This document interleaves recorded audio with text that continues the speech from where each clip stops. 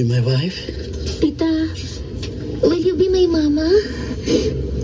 Yes. Yes, babe. Yes, Lorraine. Hindi man araw-araw na nakangiti.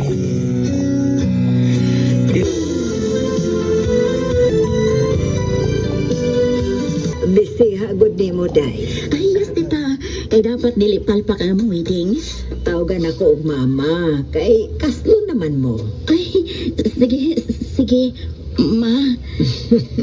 Kinahanglan gid ay nga bungga ang kasal, day. Ay, dili man ni bongga, ma. Pero dapat organized, yun. Kay bisan tuod, dili jud mi dato. Ako ra bayain tayo anak sa ako mga ginikanan. Hinuon sad. Pero sa una, ikasal naman ng tato si Dodong o mama ni Lorraine. Maulagi, ma. Sad bitaw kaayong ilahang story. Nasakit lang yun si Bea. Lagi, andam na magid unta tong ilang kasal. Naapagani ko'y pila ka mga kaila sa iyang mga kontak sa ato. Basin ganahan ka sila'y kuhaon. Okay na, ma. Salamat. Naalasab ko mga naka-negotiate. Sagad kailan ako personally. Nag-text dito sa gaon o mga soto na to, babe. Hala? Oo. Dapat makasugod na tanin niyo within this year. Kay dapat by January or February 2026. Basta na, Jod. Para kaginawa pa ta, 2 months kapin before sa atong wedding.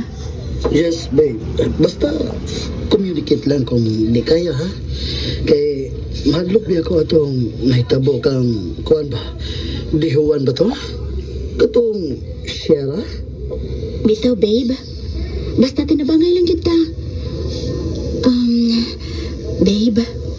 Pangutanan lang ko. Yes, babe. Gusto mo ka na?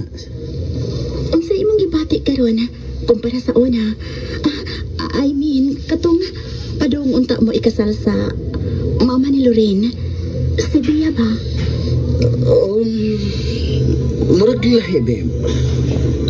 What do you mean? Sagol mga to kay power na biyami sa sakit niya. Niya goal jud na mo nga before siya mawa kay makasal gid mi.